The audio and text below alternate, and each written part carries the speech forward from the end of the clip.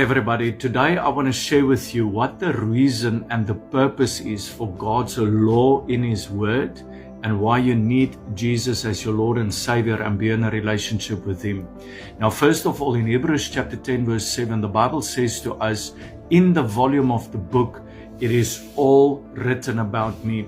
So sometimes people can tend to make the mistake to separate God from His Word, maybe not to pay so much attention to what the Lord says in the Old Testament because the Old Testament is done away with or it's not as important and you only focus on the New Testament. But listen, there's a reason why Jesus said in Matthew 5 verse 17, do not think that I came to destroy the law or the prophets.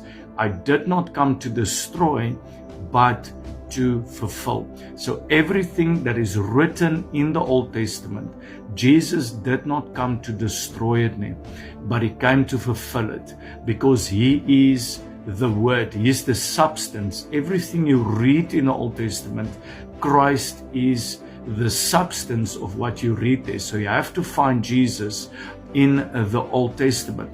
Now the reason for the law is that the law was given to show and to reveal to mankind that you cannot live up to God's standard. God is holy, God is perfect in all His ways, and the law gave power to sin, the law exposed sin, and it reveals to mankind that you need a Savior, you need help. All come short of God's glory. The Bible says there is not one righteous, no, not even one. So your relationship with Jesus is very much important. In Matthew chapter 22 from verse 37 to 40, the Word of God says that the law and the prophets hang on these two commandments. Number one is to love the Lord your God with all your heart, with all your soul, with all your mind. And second is to love your neighbor as yourself. So it's all about love because God is love.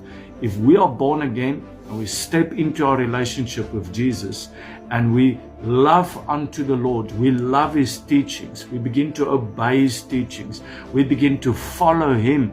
The Bible says we love Him because He first loved us.